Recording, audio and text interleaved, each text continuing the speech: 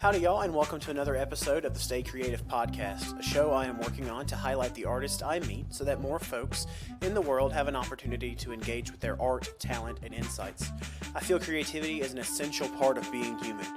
We use it to solve problems, communicate, and express our inner selves outwardly. It is my hope that this show encourages listeners to give their own creativity more time, or maybe even try a new form of art for the very first time. Today I'm speaking with a new friend named Mark. He is the sole member of a project called Somewhat Incognito.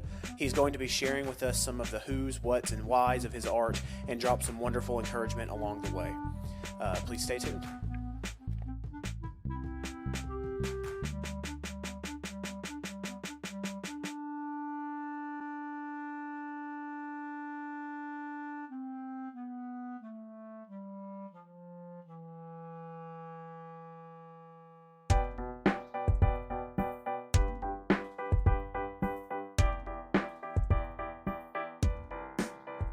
Thanks a ton for talking with me. Yeah, thank you for having me. This is fun for me. It's super exciting. I don't get to talk about my music on this kind of level very often, almost ever. So it's going to be fun. I'm excited about it. Yeah, me too. And we're gonna get to the music, but I feel like we need to start with more of the artist, the musician. Mm-hmm. So let's see. The first thing I want to talk to you about is just more about your own backstory. Let's start with a little about yourself. Who are you? Where you grew up? What you're into these days other than music. I would like to coin a phrase, incognito you. Yeah, sure. So my name is Mark. I live in Allentown, Pennsylvania. There's a Billy Joel song about Allentown, if you've never heard it. Awesome. I grew up here. So I've lived in this part of Pennsylvania. It's called the Lehigh Valley pretty much my whole life. And got into music pretty young, probably around 6 years old, with my mom signing me up for piano lessons, which I did for several years. And around the age of probably 13 is when I picked up bass guitar playing. I heard the album Pork Soda by Primus. Oh, okay, yeah. And I after hearing that thing, I was like, I have to play the bass. And my mom took me out and rented me a bass guitar and signed me up for lessons. And from there, I've been playing bass primarily ever since. Mm-hmm. My day job is I help run a kind of a medium, small size digital agency. So we do web development and internet marketing. Yeah. And that takes up a lot of my life, honestly. So it's very busy. I'm working on that most of the time. And as of now, the music is like my me time. I get a couple hours a day, and I put those into working on tracks and mixing and researching and learning and talking to all the people here at IMF to get feedback and just kind of help me get better.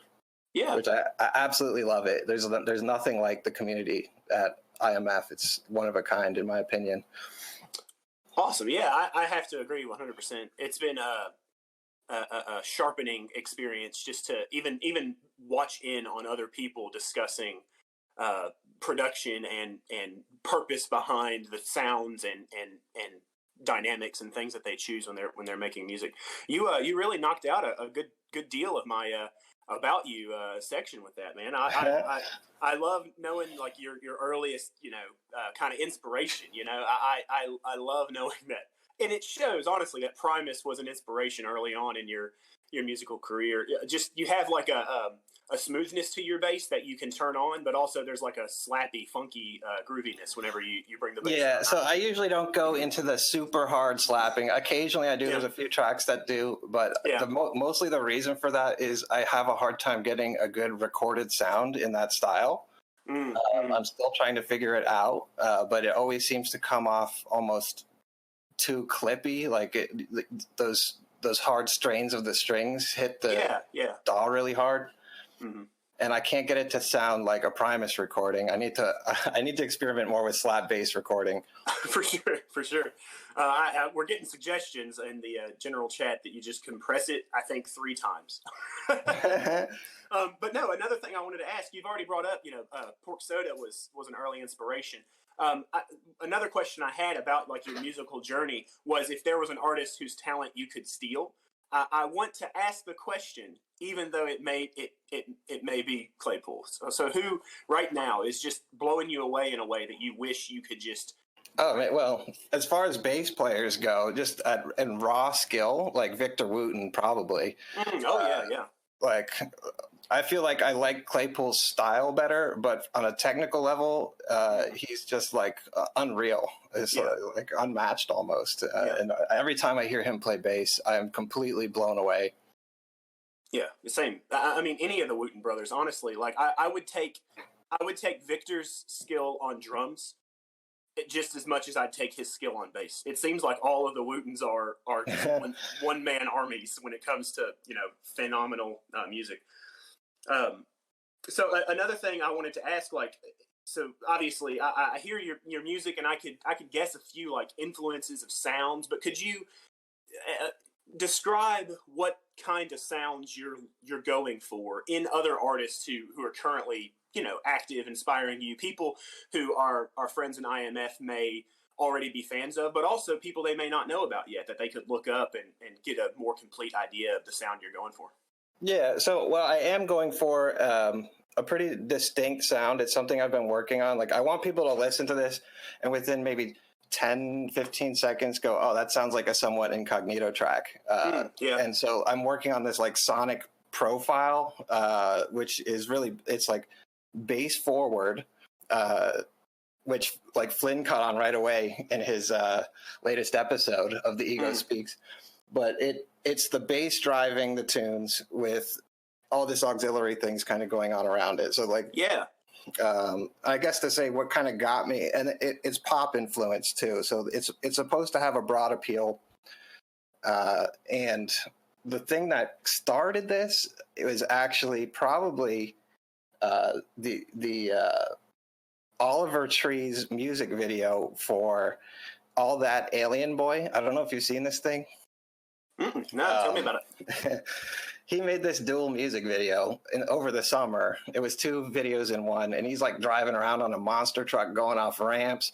The song Alien Boy, I listened to it and I was like, you know what, this is like a weird mashup of like hip hop and pop.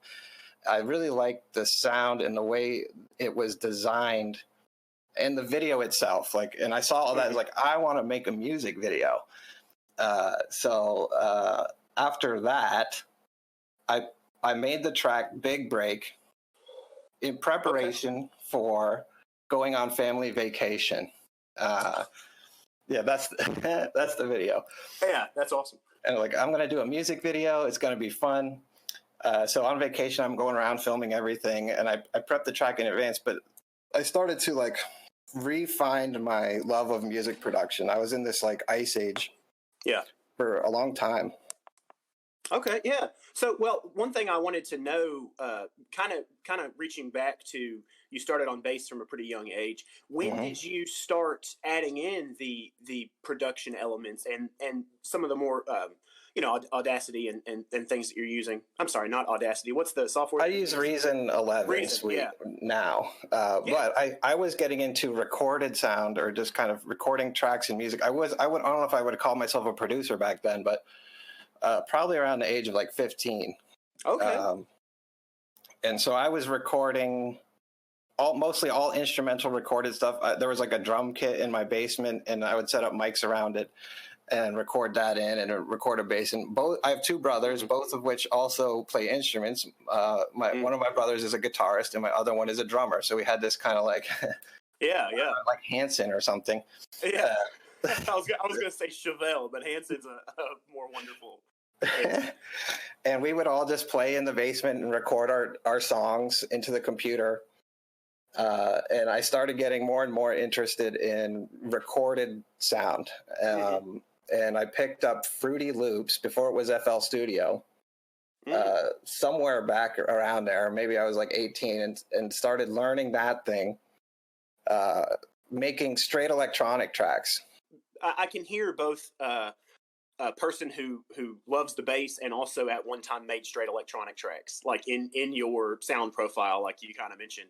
I can hear both of those elements really working together in a enjoyable kind of harmony, you know? Yeah. So I look at the Somewhat Incognito project as kind of the convergence of all these things that I did over all these years. So I was playing bass guitar with my brothers and in bands, and I played in a metal band and a jazz band and all these different things playing bass guitar. And then on the side, I was making these electronic tracks with no recorded instrumentation in them for a long time. And kind of the restraint around, I had tried to do it many times, but I was using, I think, Reason 5. Shout out to Slackerman, who's still using Reason 5. Awesome. But Reason 5 could not record audio direct into Reason. So you had to use this thing called Rewire, and I would link it up to Cool Edit Pro, I believe. And it was just so cumbersome. Like I just felt like it was slow and clunky. I had to switch between programs, and it completely killed my jive in the creation process. And so once I found out that Reason could now record direct into Reason, I bought the version and started learning how to do it well in there. That's awesome. I am a DAW novice. The first time I think it may have been you, it may have been Murr, somebody else in the Discord asked me what DAW I use. I was like, I don't use one of those. I don't know what that is. Knowing, full well I use a few things now in hindsight that absolutely are those. It's cool to hear that you're getting such specific and fantastic, I'm going to use the word fantastic, artistic and just groovy, danceable sounds through recording live audio into a software. I feel like often I can hear that. I can hear when someone has recorded an amplifier on top of a track, and there's a disconnection between the two sounds, and it's almost like an immersion breaking. I don't hear that with you at all. Like and part of it's meshed. I've been working on it, like hyper focused on it for like 9 months, like trying to get it to, and I call it uncanny valley. Like when people hear it, they're like, "Is that played, or is that a real bass? Is that I want them to, or like, is that a drummer?" And there's not a drummer, but I want it to sound almost like walking this line of real and synthetic, and the listeners kind of questioning it. Yeah. I mean, I know a little too much about your music at this point, but the first couple times I heard your music, I thought it was a live band with like a DJ type, like a program playing on top of it or something. But yeah, I can hear that selectiveness of the drum sounds used. It doesn't sound like an 80s drum machine. It sounds like a drummer being sampled at the very least. So that's super cool. Oh my God, not this again. I've had enough. I'm at my wit's end. I'm cashing in on my big time. What it's worth to you ain't what it's worth to mine.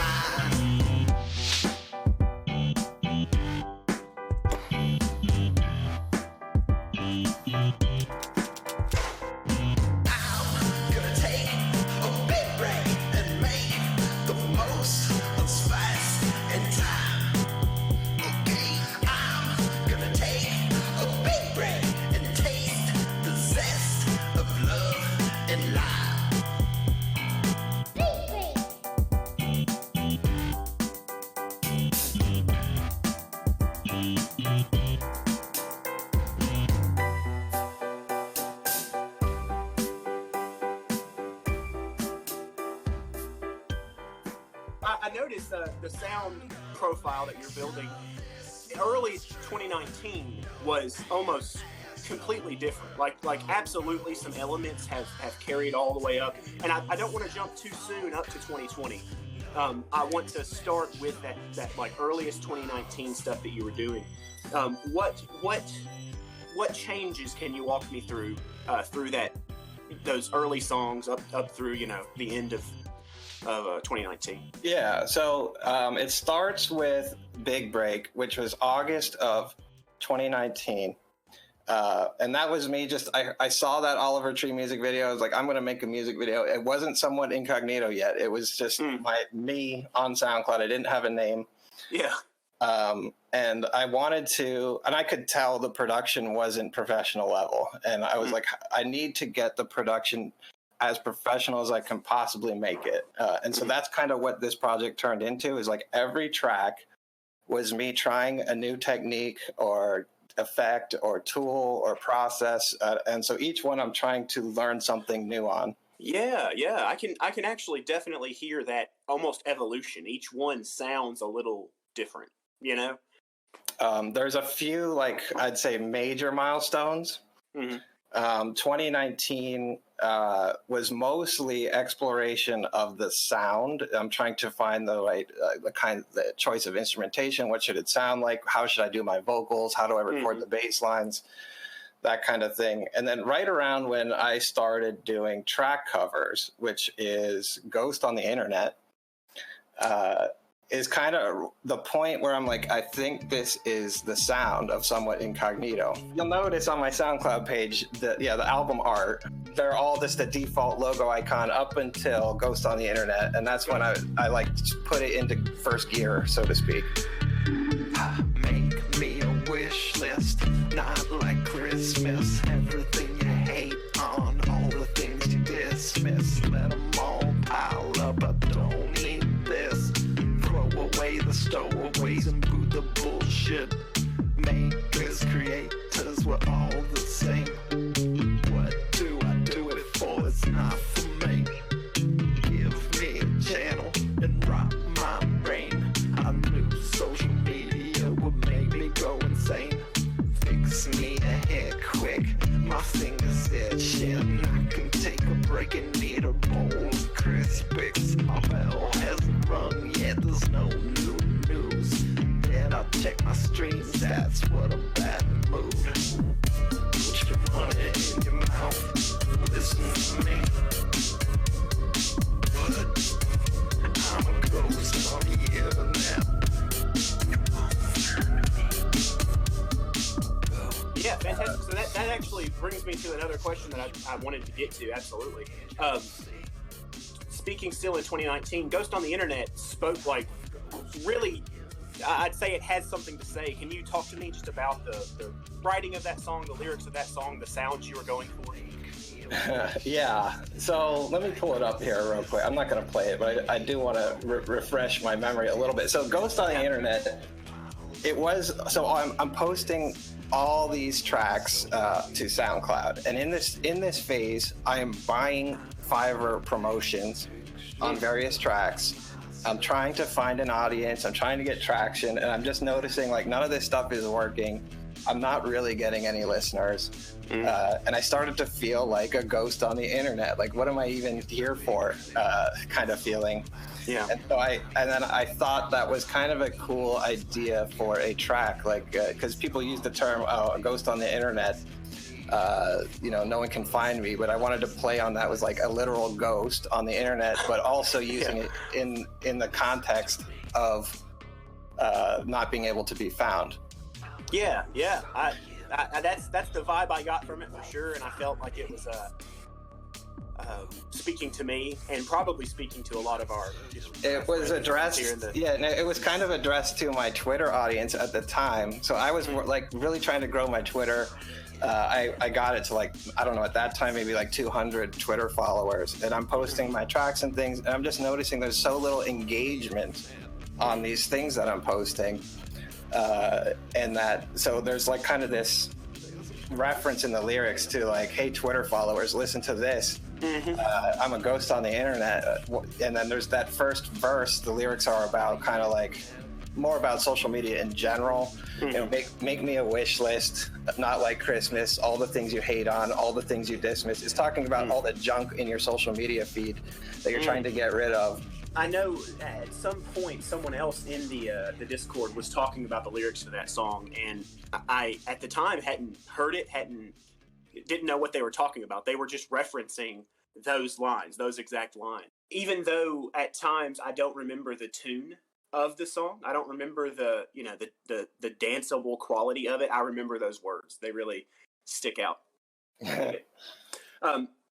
Also, I want to keep talking about lyrics actually for another minute, specifically in 2019. Another song that, like, I was doing my dishes, listening to your music just the past 2 weeks or so, getting ready to talk more about it, and Some Kind of Creature came on from 2019. Yeah, that's another one that I felt like I don't know exactly what he's talking about, but I feel it. You know, what's going on with that song?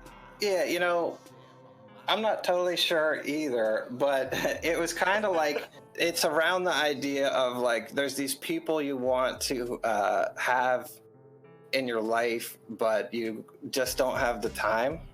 In other words, like, you want to hang out more or whatever, but I have this busy lifestyle. So it was kind of around that idea. It's not super directly pertainable to any real situation in my life. It's more kind of around this concept.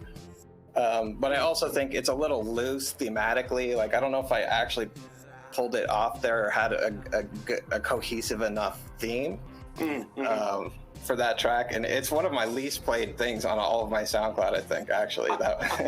When I went back to listen to it again, I noticed that. I noticed right next to it there were 1,500 plays on Stretch. Well, remember, I was like boosting stuff back then, trying to like test all these. I was doing like marketing research, I should say.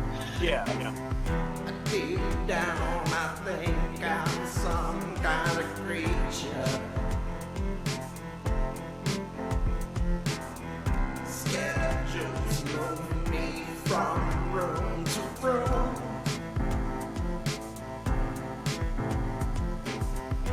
Pretty sure I'm just some kind of creature. I'd like to kind of transition into 2020. I notice the sound in 2020 becomes way more of an established sound profile, way more of a, I can tell this is someone incognito.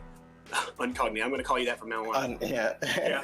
Someone incognito as soon as the track starts, you know, like I can really dig it. So you said before that a focus of yours was getting the sound more professional sounding.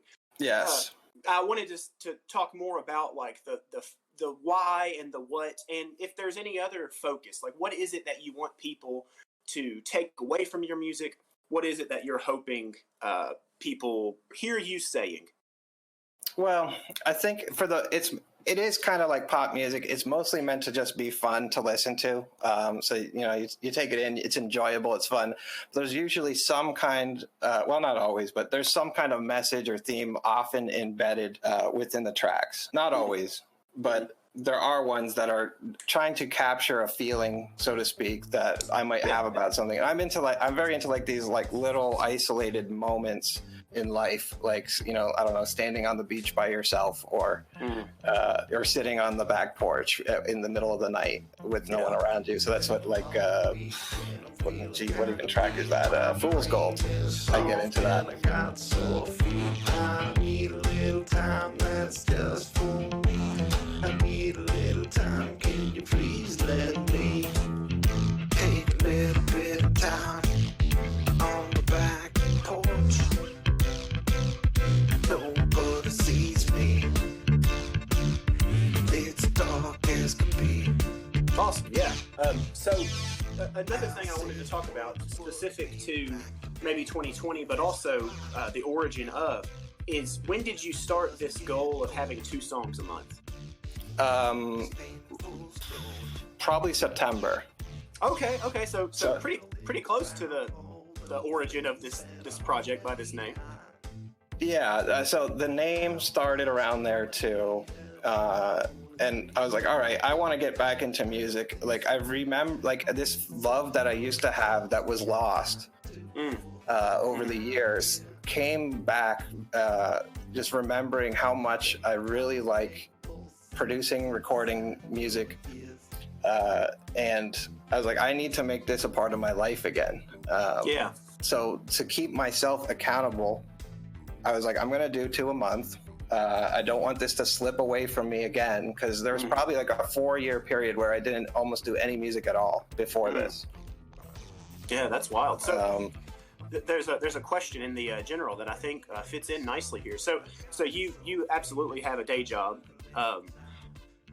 and you're doing music at a capacity and at a rhythm that makes sense. You could easily take this to a more professional selling song type level. Would you recommend musicians have a non-music job that pays well while juggling music, just to jump into music full time?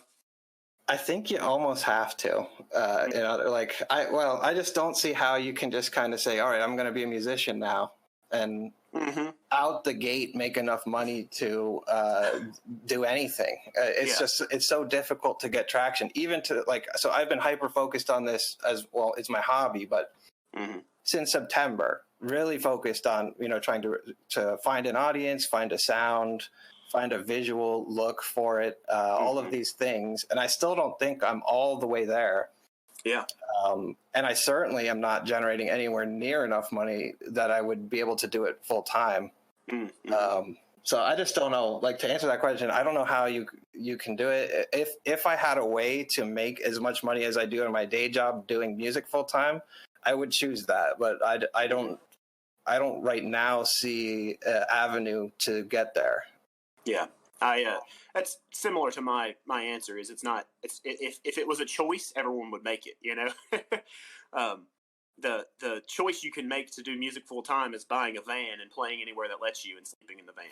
Yeah, and I did play in bands that gigged around town, and the best we ever did was a jazz trio that played every Saturday night at the local kind of fancy restaurant. We got $300 as a group every Saturday, and beers and food.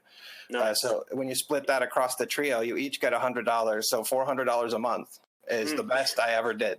Yeah. I mean, hey, that's I'd say my entire music career I've made less than $400. So you did it, man. You did it. You achieved it. I want to get back into some more of the. We move past, the track specifics. I think the song Trisha might be at least Slacker Man's favorite, I believe. Yeah, it's a lot of people's favorite. That's a fun track. And I want to talk, obviously about what's going on with the lyrics. What's the song about? What's it mean to you? But also, I want you to tell me in detail, what is the crazy voice going on?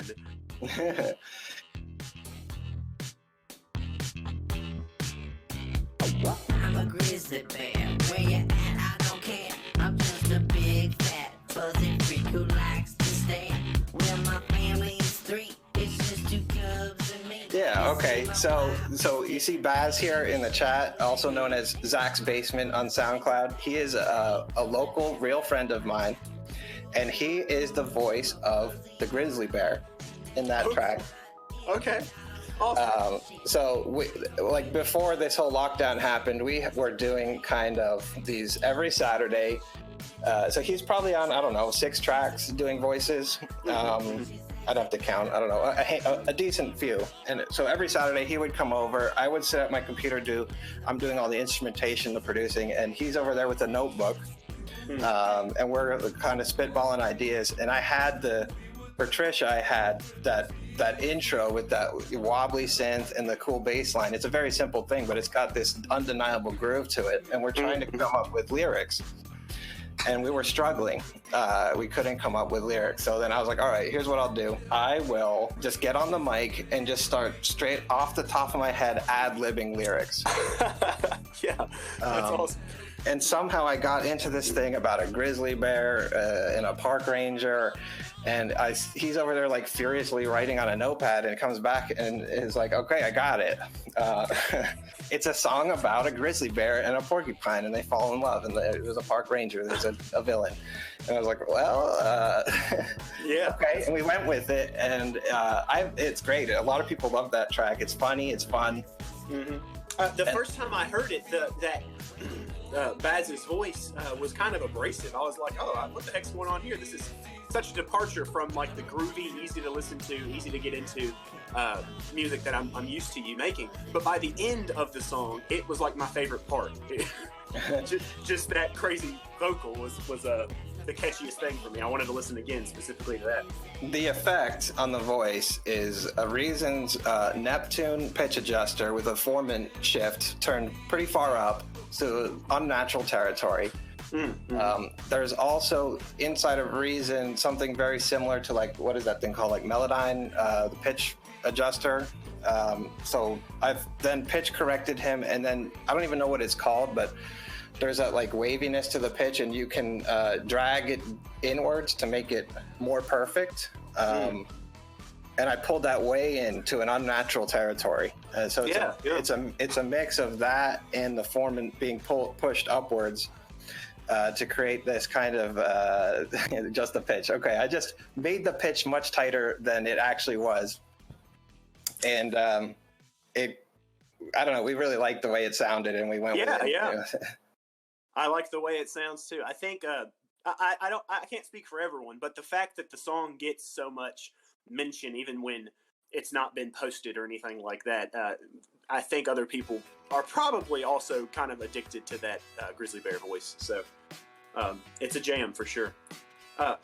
What about the song Out on a Weekend? I think that might be my favorite of your songs, just because the lyrics make me feel like I'm going on an adventure.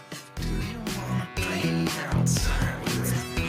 We can run around and get all rowdy on the tree, get our hands dirty. Be home by 8:30. Yeah, so this is, I was just kind of sitting down, and so the process usually is I might start a very basic drum beat, and I pick up my bass guitar and I start playing it, and I come up with a groove, and that's all my file names initially are like Groove April 18th 2020 or like that's how I name them. And then I pull them up, and I had this idea in my head around the idea of playing outside after school as a kid. Like, this is like a vibe that I think everybody has, and you can think back and feel nostalgic about. It's this contained fun. Like, there's a difference between being out on a weeknight and being out on a weekend, in that the weeknight on a school night is this thing that it's going to end at 8:30. Everyone's got to go home and eat dinner and go to bed, but we're going to have these couple of hours where we're out playing and doing stuff. So it was supposed to be kind of like about that vibe. Yeah, I definitely get that vibe. I have a daughter. I feel like I've mentioned this a billion times to everyone in the Discord, but whenever I hear that song, I think of her. I think of like her childhood upcoming, and and just like the fun that I can help facilitate the adventure, and the controlled risk and things like that will come with growing up. Yeah, and the lyrics, there's not that many to them, but I have these distinct memories of like building little huts for the bugs. And so I wanted to use that in the song. Like, here's this thing I remember doing as a kid. And I love that. I love, honestly, one of the things that sticks with me every single time I listen to the song is the way you don't say sticks and stones, you say stones and sticks. Like just that subtle change, an adjustment to a tried and true phrase. So I often do things like that, or say a word differently than it's supposed to be said, just to make it fit. Yeah. I could tell it was a probably more of a cadence decision than a countercultural, let's change up the word decision, but it fit well, and it made the song flow better. I like to believe that good songwriting is putting words in the order they already want to be in, and I feel like with Stones and Sticks you did that. One of the more recent ones you've put out, I think you either worked with or just got some inspiration from one of our friends who've actually been mentioned on all the episodes so far, Incognito. Waiting on Forever. It is such an outlying sound compared to the rest of your tracks, but it still matches your sonic profile. It sounds like something that would be on your album while not sounding like all of your other, Yeah. So that's cool you say that, 'cause it is. I agree. It's a little bit of an outlier. It gets a little harder, I guess, than a lot of the other stuff I do. And with that one, I was just kind of, I had the intro and I had the first verse, and I was kind of stuck. I'm like, I don't know where to go. I need a hook. And so I just posted to the Discord the intro and that first verse, and I said, who's got a hook? and then posted those lyrics, the hook lyrics, and the next day I went in and recorded a take of them, and I was like, you know what, I like it, and so I went with it. That's and awesome. then the theme of the whole song, I think it like makes the whole theme of the song, those lyrics.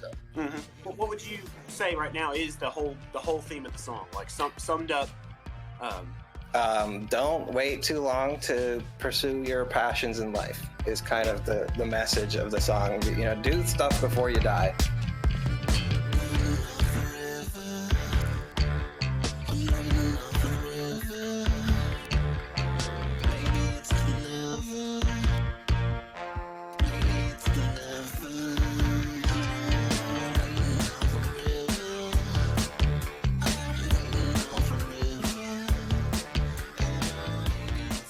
For how danceable and even, I think you may have said like pop influence, you know, supposed to appeal to a wide array of different listeners and people. I think your music is also at times like it just drops these little profound nuggets.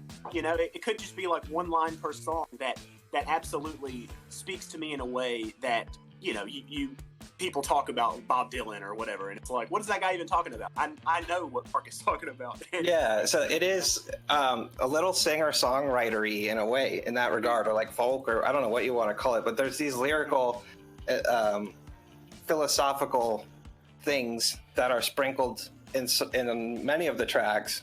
Not all of them. Like Trisha's just a straight-up have fun track. But like Waiting on Forever, Wish Upon You for sure. Out on a Weeknight. What else? Probably Fool's Gold, Minute to Minute, I Can Try. All those tracks have kind of these like messages about life or something. Yeah. I wanted to talk about, you just mentioned your newest one, Wish Upon You. Talk to me about that one. It feels... again, like a departure, but in the other direction. You know, like it almost feels like a ballad as opposed to a jam. You talk to me about what that song's about as opposed to me try to guess. So it's meant to talk to artists like me out there, or creatives in general. Yeah. And it's just those feelings of self-doubt of, should I even be doing this? Does anyone care? Are these people actually listening to me? Or are they just kind of being nice? And so it's kind of like you have to get over that mental hurdle and believe in yourself. So it's like when the attention is, do you want to do you? It's talking, do you want to wish upon you, or do you want to believe in yourself?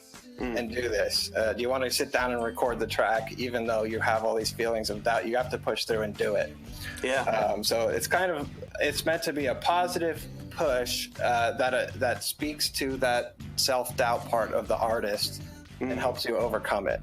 Yeah, man, that's great. I feel like encouragement is one of the easiest things to pass around. You know, we manifest, we create it from almost nothing. We create it from a sense of compassion and familiarity with those around us, and seeing them in their own struggle and being able to write down a song that communicates that, you know, transfers that encouragement directly from what you want to say, and so wonderfully says it to the listener. I think that's a wonderful talent, and I'm glad that you're using it for good. Oh, thank you. Yeah, so I think a lot of the time I'm speaking to the listener. And the track that does that the most is probably Made My Day, even though it's somewhat obscured in a story about seeing a girl at a bar. Yeah. But the real story is, the real intention of that track was to thank the listener for listening to me. So, like, you made my day. Thanks for listening. I'm very happy that you did this. Yeah, that's awesome. So, reaching back to getting over that self-doubt. Yes. Can you talk to me about just, you know, how you do that? What do you do when you sit down to make music and nothing sounds good? I can only assume you have those moments. I know I do. Nothing sounds right. Why do I do this? What's going on? What keeps you coming back to your bass? So I've come to this mental state where I'm basically fully embraced the intrinsic value of creating. So what I really like most is the actual process, the making the recording, the learning, getting better, hearing the sound get better with each track. Like I just get so much satisfaction out of it all. And just like the recording day when I'm there actually recording, it's one of the most fun things that I could possibly do, honestly. So I just absolutely love it. Yeah. So I have just come to embrace that and then cast aside any expectation of commercial success or a listener base. Sure, I want that and it motivates me when I see it happening, but I cannot let that be the thing that I'm going after or I feel like it will crush me. Yeah, absolutely. Yeah. That's another thing that can't be said enough in artistic communities. If you see your companions and friends and creative contemporaries all having this struggle where no one's listening, like, well, you're listening and they are creating. So going on to that, you've brought up your creating rhythm a few times. You have a day that you do the recording. You have a 2 songs a month goal. You have a few hours a day. You've kind of mentioned that. What does your creating process look like? Keep in mind, like, the idea of explaining it to someone who does not have their own solidified, disciplined rhythm for sitting down, creating for the sake of the joy of creating. So there is very much a process with me and a schedule. So I have it works by day of the week, more or less. And it kind of starts on Thursday for some reason. Okay.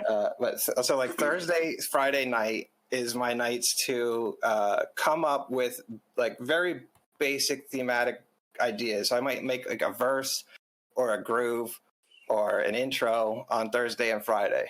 And then I maybe iterate through 2 or 3 of them and I pick the best one. Okay. Saturday is my I'm going hard today day. And I will generally spend 5 to 8 hours straight on a Saturday, taking that concept and building it into what I call a structure complete track. So I've got it laid out the way I want it. And really, I'm following a formula almost with all of the tracks are like intro, first verse, maybe a bridge, chorus, outro, verse 2, chorus, ending. So they're all kind of, I'm trying to experiment with different ways of doing it, but it just works so well for me and I can move and it's like, all right, I kind of know how I'm going to structure it. I can make it sound different, even though that structure is being followed on almost every track. I think the structure, after having listened to almost only your music for a while, the structure is apparent, but not in a way that is tiring. It doesn't feel like the classic ridicule of verse, chorus, like it doesn't feel like that because the sounds you're using to make a verse, the sounds you're using to make an intro, bridge, and you always have this wonderful little like groove portion kind of in there with no words, just a time to kind of process. Yeah, I love those like little breakdowns with a solo or a saxophone or a bass solo or something like that, just to jam out a little bit. Yeah, the fact that you're sticking to a structure but creating such diverse and just enjoyable tracks, I think speaks to the benefit of the structure as opposed to detracts from its value. Like when you give yourself limits, then you have more creation within those limits as opposed to seeking constantly seeking some outside the box when you haven't filled the box with beautiful things yet. I didn't finish my process. I want to finish. Sorry, yeah, please. We got a little sidetracked, but so I record that. I get it to structure complete Saturday, and then at that point, I want feedback. Even though I know, like, I haven't really super focused on the mix, the sound. I know there's problems. There might even be like a clip. There might be a error in the track. I put it out on the Discord. I might post it to Indie Music Feedback Reddit and start just hearing what people are saying, getting some ideas. Sunday is a mix day where then I'm reading all this feedback and making changes for a couple hours on Sunday. And then I do that again. I try to get more feedback after that. And then basically Monday, Tuesday, Wednesday is like I'm just polishing it out. And I try to just cut it. Like after Wednesday, we're done. Move on to Thursday's coming up. I need to start brainstorming the next thing. Yeah. Heck yeah, man. So really, it's like one a week. But I budget two. I see. Yeah, that makes sense. You know, you can. If you're working towards one a week, you can definitely hit 2 a month. Like that's smart. Some people in our Discord, live listeners, for those listening to this later, are mentioning that your mixes are fire. You know, you asked for feedback, but often you're already kind of in the ballpark. Yeah, but Murr's mixes, come on. I know. Yeah, This thing blows me out of the water when I hear his stuff. It's high praise from him for sure.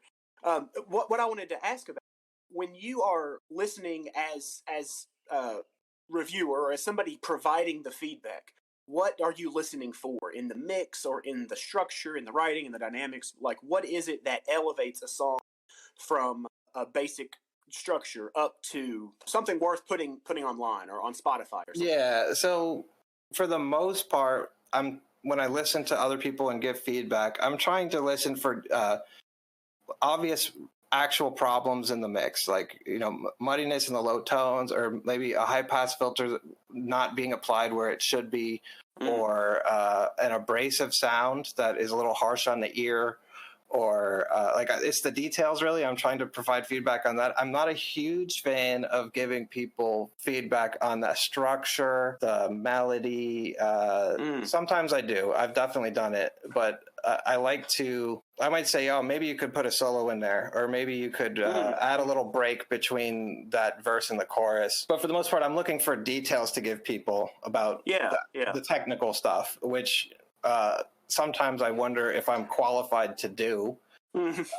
So I feel it's like this weird thing. It's like, who am I to tell this guy to, change his mix? But yeah, no, I feel that for sure. And I think, honestly, just hearing that you have discretion between telling them to change their song and to change their mix, I feel like that is a very enhancing thing to point out, especially when it comes to just frequencies, because often those aren't a matter of taste, they're a matter of like clarity. Obviously there's some taste to it too, but there are times where it's like there's an obvious technical problem, and unless they're intentionally abusing that, which some people sometimes do, but you can usually tell when it's intentional. So those I definitely want to point out when I hear it. For sure.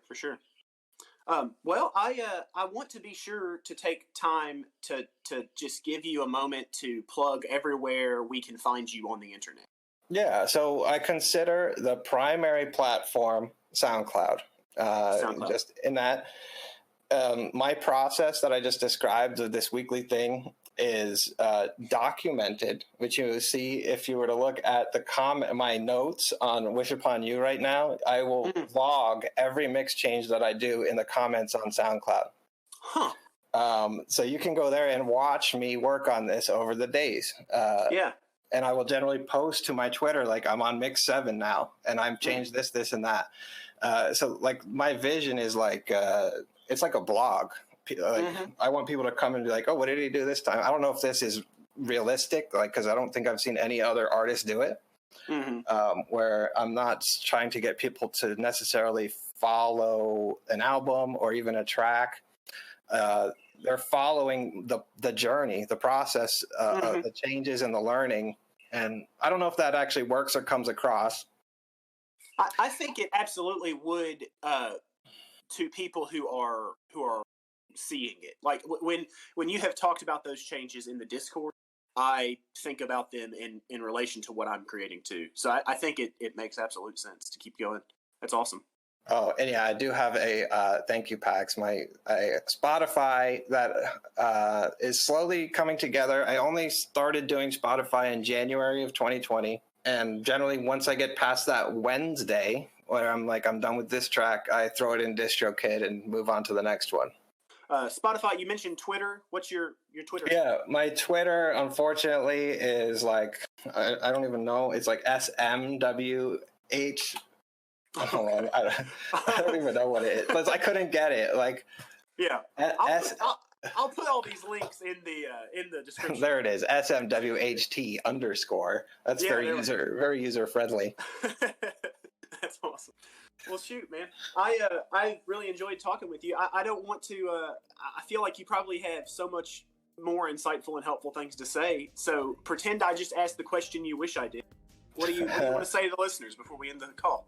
I don't know. It's just don't give it up. If you like and enjoy creating, I think that should be the focus. And for anyone who's like, for me, I think the reason I became jaded with music for a few years was my inability to find an audience. And I had to get to a mental point in life, I don't know if it's because I'm just older now, but where I just appreciate the process itself. And that was kind of a game changer for me, because now it's like, it's my hobby, but it's like I look forward to it so much and I really do enjoy it. And having a community like Indie Music Feedback, where you have at least a small little audience of people who will listen and talk about things you're creating, and there's give and take, so you're doing it for other people, people are doing it for you, is really all I need as an artist to feel like I'm being successful in a way. Yeah, absolutely, man. I dig it. Yeah. Well, I'll be sure to also link IMF and this Discord in the show notes. Okay, well, thank you for having me. I really appreciate it. This was fun. Thank you, man, and we'll talk again soon. All right, thanks.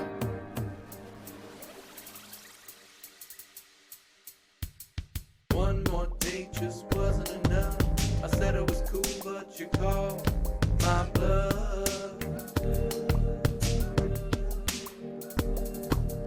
Wanna take you out again and again. I pray each night will never end.